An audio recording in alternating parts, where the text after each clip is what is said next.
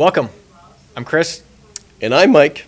and today we're going to talk on the podcast about content and specifically blogs and whether they are dead or whether you should be doing them or not, and some alternatives. Yeah, so like we said in our previous podcasts, with the introduction of AI Overview, a lot of our clients' traffic has decreased greatly. And a lot of that has to do with the blog traffic that they once were getting and now is being taken away by zero-click search. So a lot of our clients are asking us, is it still worth the blog? And this is why we decided this would be a great topic to talk about. A lot of resources went into creating content. Google has always told us that content is king. So we created a bunch of content for many, many years. Are we just supposed to stop now? Or what's the deal if we're not getting the click?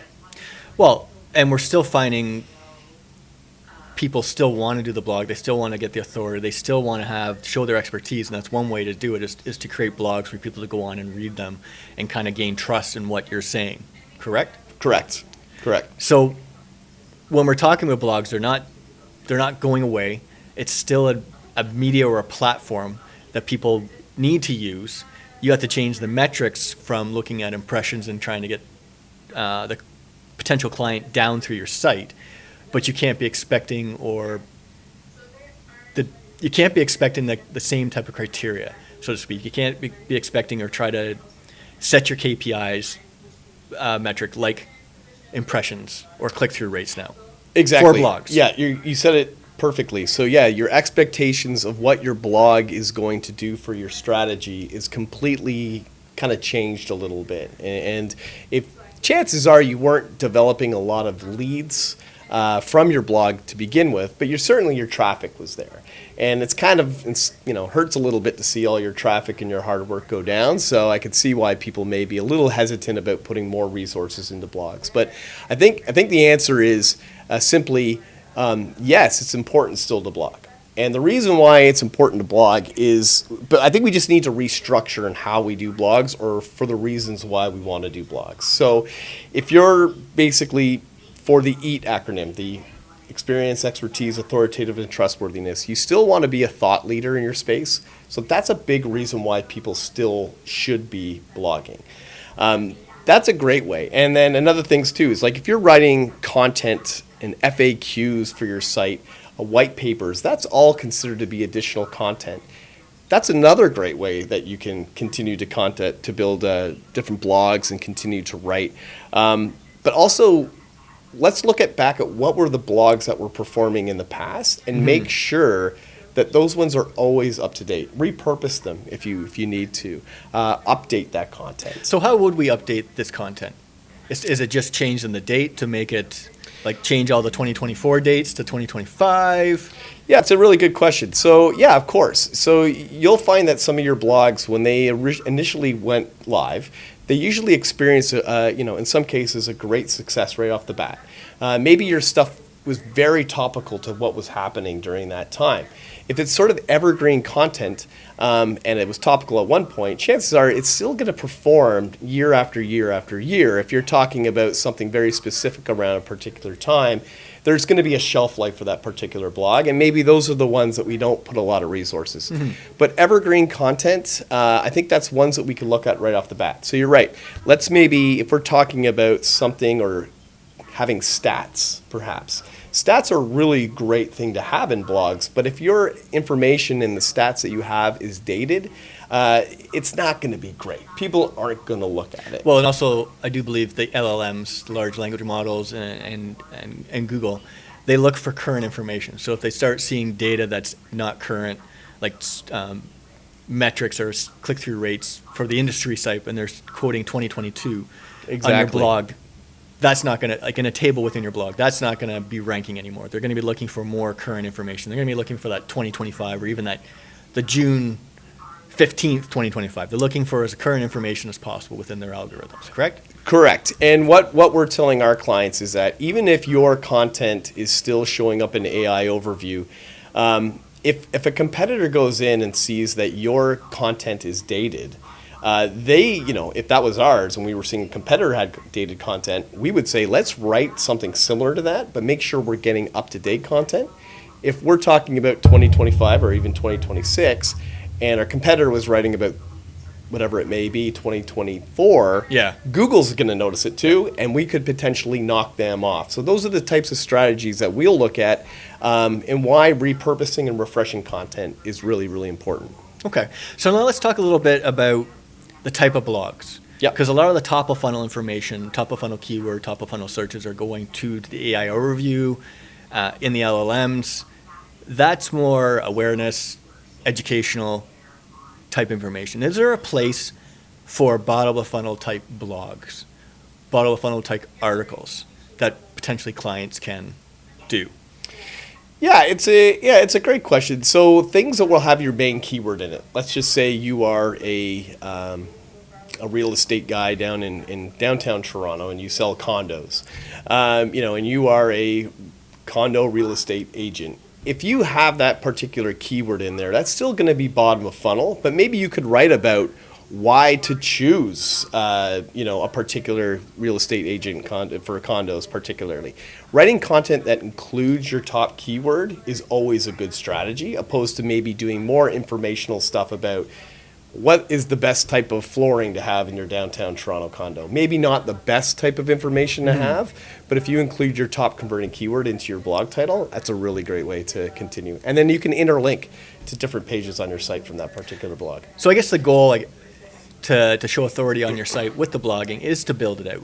We've talked about pillar pages in the past or main content pages. We also want to build out within that, if you have that one piece of content like the top condo realtors in Toronto, you can build out different phrases or different specifications or different metrics within the keywords that you want to use within that blog, correct? Correct, yeah. Like that blog can go into a different blog, like a side-by-side blog, so to speak, to kind of build authority, but also get your user to go on the same or spend more time on your website. Yeah, it's true. You want to interlink to different pages. But one of the things that we do want to stress is that one of the biggest things that is new to blogging, and it's not really new, but it's being kind of really stressed by Google and what we can see in LLMs, is that people want to know who's writing these articles. Mm-hmm. It is really easy to, go to the way of AI to help write a blog. Yeah. It's really easy to just quickly do things sloppy, to be quite honest. Yeah. Post a blog, not cite who wrote the blog. Yeah. If you are working with a client and that client maybe is a thought leader within their profession, well then, and they wrote the blog, we need to let everyone know. So including a bio into your blog is one of the biggest trust signals that Google is basically asking for. And why not? I mean, if you have someone who is, a professor or a leader in their field who's writing it and we're not showcasing it, then that's a lost opportunity. So let's go back to that a little bit, because you're right. It's part of the authority, and it kind of proves that it wasn't a bot that generated the content. We have lots of complaints about it's called AI slop, AI just people spewing stuff out, not really paying attention, not really checking anything. You get on blogs and you'll try to click on a link and it takes you nowhere, or even worst case, it could be a virus. True. And you can tell it's kind of AI generated with the beautiful EM dash that you see constantly throughout AI generated content. So we're going to go into, I guess, a little AIO, AI optimization, GEO, because from a perspective of the large language models and the ranking factors, right now they can't really tell, for the most part. They're not really saying this is human, this is not human. The author, the history, if you had that link, and the more than likely large language models will crawl and look for that person on LinkedIn or the other articles they've published, and it gives credibility to that was actually made by human. Right. And part of that EAT, we're going to add a U. You mentioned it a little bit, is uniqueness. For sure. And one of the key things people are going to be wanting is authenticity, which is additional A, I guess you could say, but uniqueness. Google doesn't care right now, or ChatGPT and them, they don't care whether it's AI generated. They're just looking for stuff to crawl. and they can use in their algorithms to recreate content or provide you the answer in the AI overview. So by creating a little uniqueness, it kind of sets you apart from the human reader perspective, right? Absolutely. And they stress that too. Like, it is, like I said, it's easy to get AI to write your content. But what they really want is that unique component. So where you don't want to blog essentially is if you never had any good performing blogs because your audience doesn't read blogs and they're maybe on another platform, then don't blog. It doesn't make sense. If you never had any sort of ROI from any of your blogs at all, then maybe you were doing it wrong in the first place, but maybe not a great opportunity. There's other areas that you can do, and we'll talk about that in a bit. It's about uniqueness, right? So we want to be like, you want to make it unique and more your own. You do. So they will see that, like, including things that are only maybe sort of personal stories, whether it be like a case study that you have actually partook in. Mm-hmm. So a really great thing if we have thought leaders writing the blogs for us and they're actually able to cite a real life experience that no AI tool could ever pick up, no, that is going to be considered absolutely unique content and will be a great benefit to that particular blog. Now, if we talk about layout of blog, we'll talk that in a second, but that is a really good reason to kind of avoid using AI to write your content for you and really stick to that unique real life experiences that you can express in a blog. And the other thing we talk about is kind of the word flow.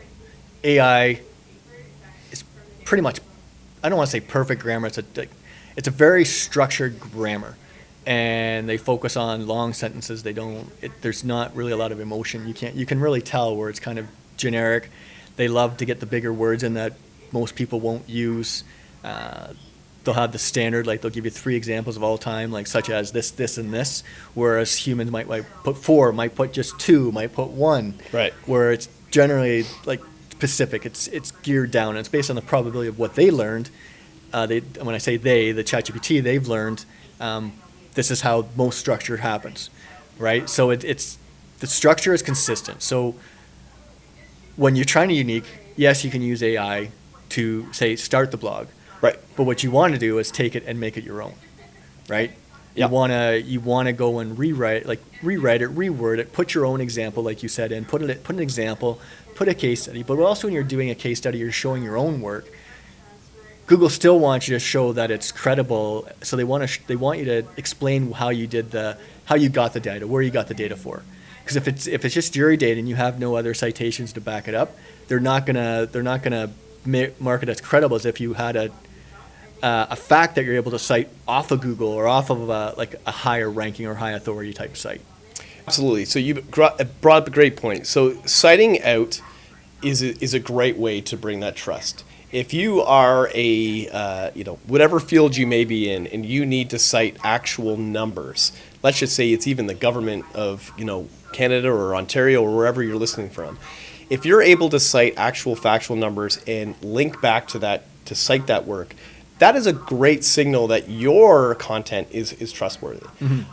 If you're writing content and you are a thought leader and people start referring back to your content, yep.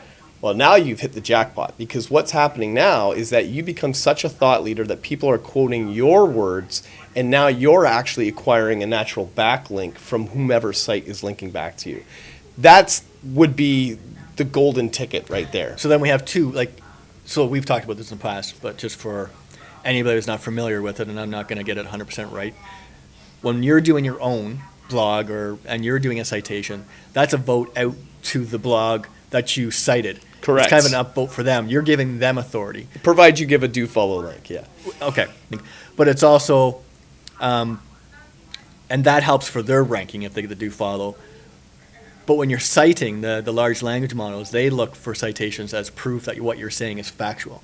So you may not rank, your blog may not rank as well as one, but it may actually show up within the AI overview because they're giving authority potentially because you're citing authoritative work.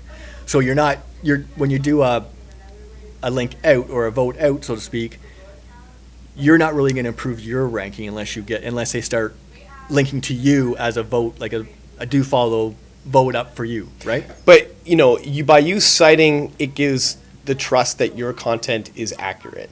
So Google will reward you, and potentially that content might be viewed as something that they may want to appear in an AI overview.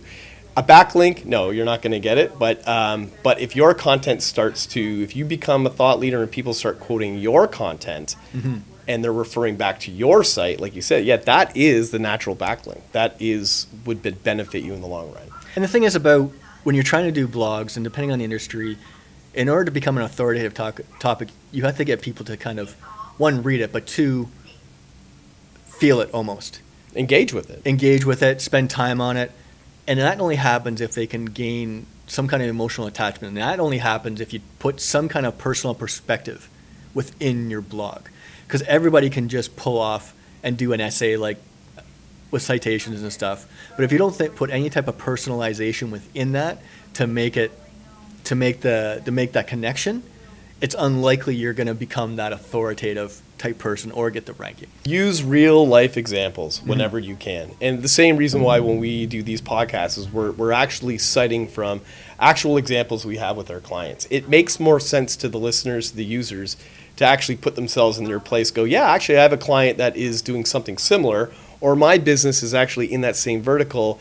Here's our real life examples that these guys are working with and that I could apply to my business as well. So yeah, absolutely, citing real site is great. And other ways that you can get out there, your audience may not always be reading blogs too, right? So ways that we can help complement blogs is if you write a great blog, it's performing really well on Google, ask yourself these questions. Have we posted this on LinkedIn yet? And if we haven't posted it on LinkedIn, why have we not posted on LinkedIn? Because we have our bio here, this person wrote it. Have we posted it to our social media channels? Maybe some of our social fans would love to hear it. Maybe we just create the very content that is performing really well or did perform well before AI Overview came into play.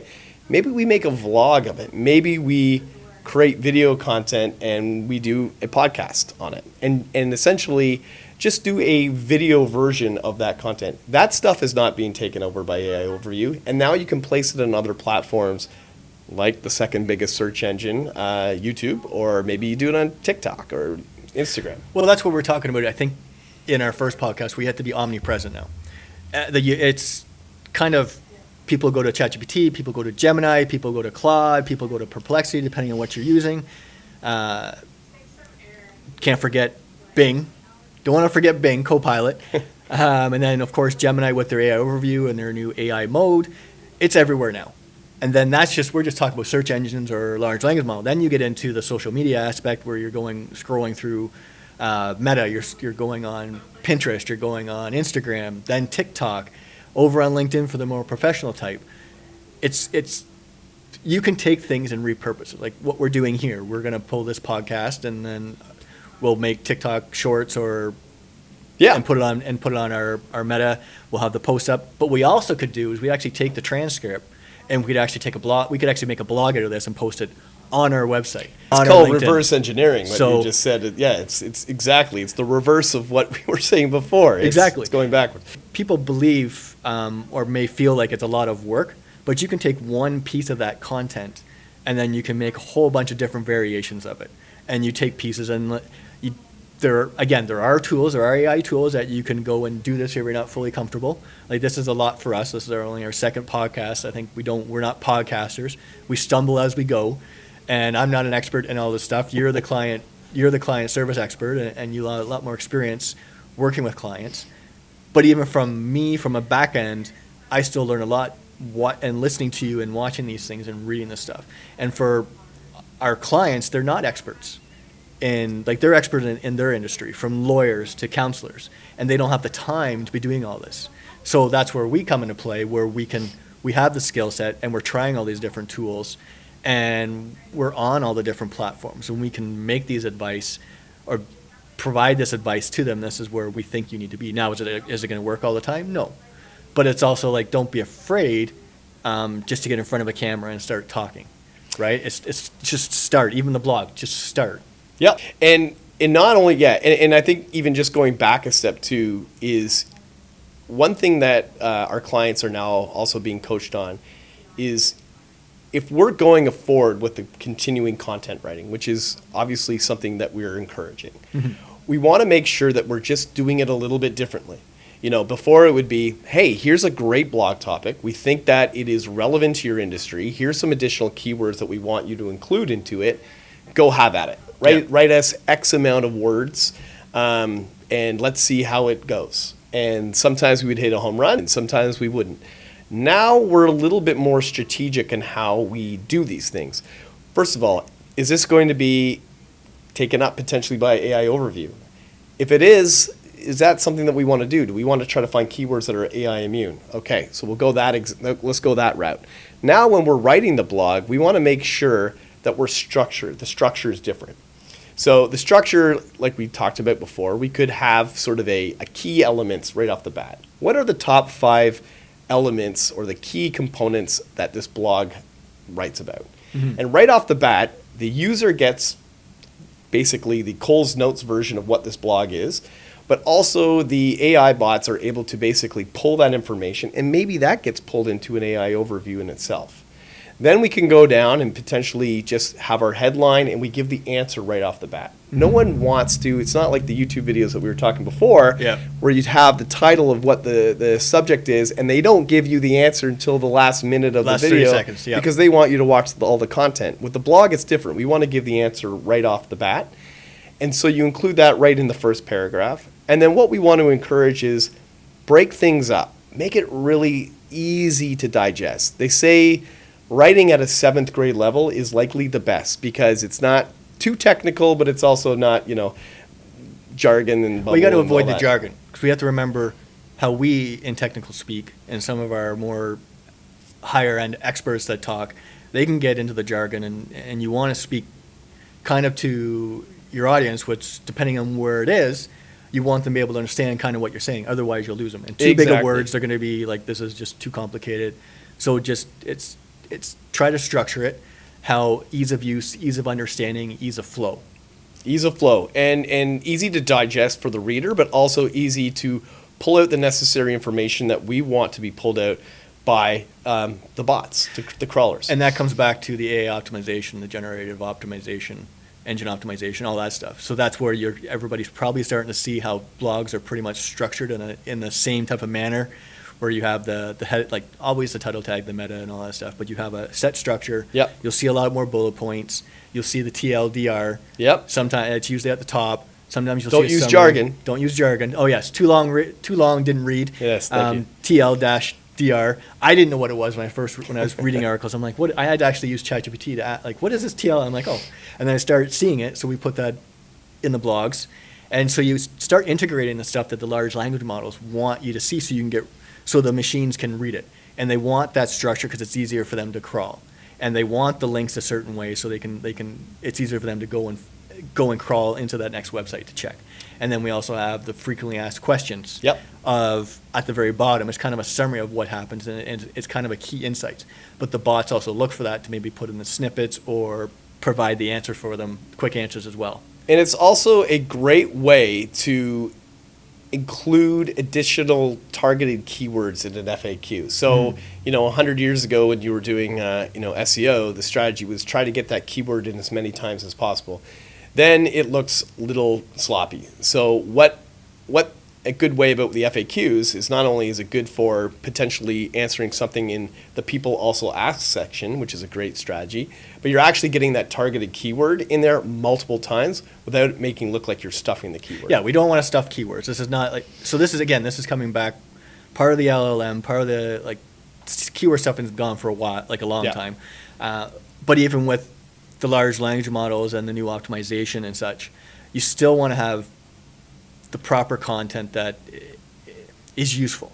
I think Google, it has to be useful, obviously unique, and it's difficult to make unique stuff because everybody's writing about something now. And we could talk about how SEO is dead, not dead, or the new cookies or anything else. Like if you look at, you're going to have 5 or 6 different blogs depending on where. And so what's going to get the readers is the emotional attachment, and then they start. Once that reader starts reading your topic, they're going to start trusting your advice, and then they're going to come back for more. and they're going to put more because then it becomes that familiarity bias. They're familiar with your work, and then that's what happens. You develop that relationship, even though you've never met them. It's that relationship, that trust factor. And the only way that they know that you are writing it is because you've included your bio and you've linked out to all your other professional links, such as LinkedIn or your email. So all of those elements are correct. And I think that the few other things that we didn't talk about quite yet that you want to have in your blog is you want to have charts. Charts are good. Charts really are easy to digest. You want bullet points. Those are very easy to digest. Yep. You want images. Everybody loves images, especially to break up the content. But don't forget to add your alt text in there as well. So all of those elements on how to structure, it's likely not a big change from what you were originally doing now. It's just tweaking it a bit. Yep. Just changing it around a little bit to make it easier for the crawlers to see, but also it benefits the users and the user experience. So don't worry about not getting the clicks so much on AI Overview anymore, or the 0 clicks. But let's restructure existing blogs or continue to start writing blogs in this new structure moving forward so that we have a better chance of showing up in AI searches. So even if you go to any of the big, SEO tools like Ahrefs and SEMrush, right off the bat, they're showing you how many times your site is being mentioned on all of sort of the big 5 AI platforms. That's a big indicator that this is not going anywhere. No. It's a big indicator that this is becoming a KPI.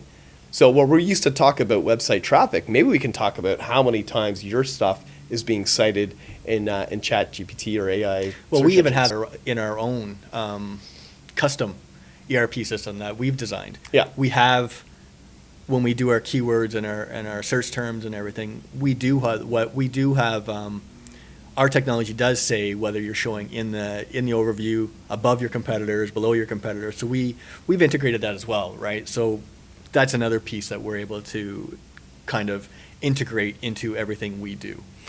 Yeah, absolutely. So I guess to tie this whole thing in together, is blog writing done? And the answer is no. We just need to restructure it. You need to think about, is it worth it? Is my audience going to be reading it? If they aren't, maybe go to another area. Maybe YouTube, maybe TikTok is more where your audience is living. But if you are sort of a professional, like a legal, a real estate, people want to read, they want to get more information. You need to be the thought leader. Stick to blogging, just start restructuring it differently. And also the ways to help complement it is by, repurposing it and posting it in other platforms. Make a vlog about it. Put it on LinkedIn. Don't just leave it on your site. You're wasting, all of that hard work just on one platform. Yeah. Before we go, I wanted to talk about the length of a blog now. Before we used to have so many words. Now I don't think it's not really about the words anymore. It's really just about the content and whether, I don't want to say concise, but whether it's useful, right? So you could put 2,000 words, but they might not pay attention to it if it's not properly structured or if doesn't have that emotional or that connection for the reader, right? Yeah, I don't think it needs to be the big focus that it used to be. Think about that uniqueness that you were talking about before. Make that sort of your priority. Include the structure, obviously, but include those real-life experiences that you can add in there. Now, aside from that, and maybe another topic altogether, are pillar pages. We do see how well pillar pages perform. Those things can be 5, 7, 10,000 words long. If you have something a product, for instance, let's just say you sell electric bikes, and we see that one of our competitors has a pillar page of what are the best electric bikes of this particular year, and this is a 10,000 word pillar page, but guess what? It brings in a ton of traffic, and it's AI overview immune. That's the strategy that we want our clients to mimic, and let's write better content than that competitor. Okay. Well, I think we covered the topic of blog writing and content writing and how it's still very important to SEO. And so if you need help at all with your agency, your work, or you need help with your blog writing or repurposing content, think about getting in contact.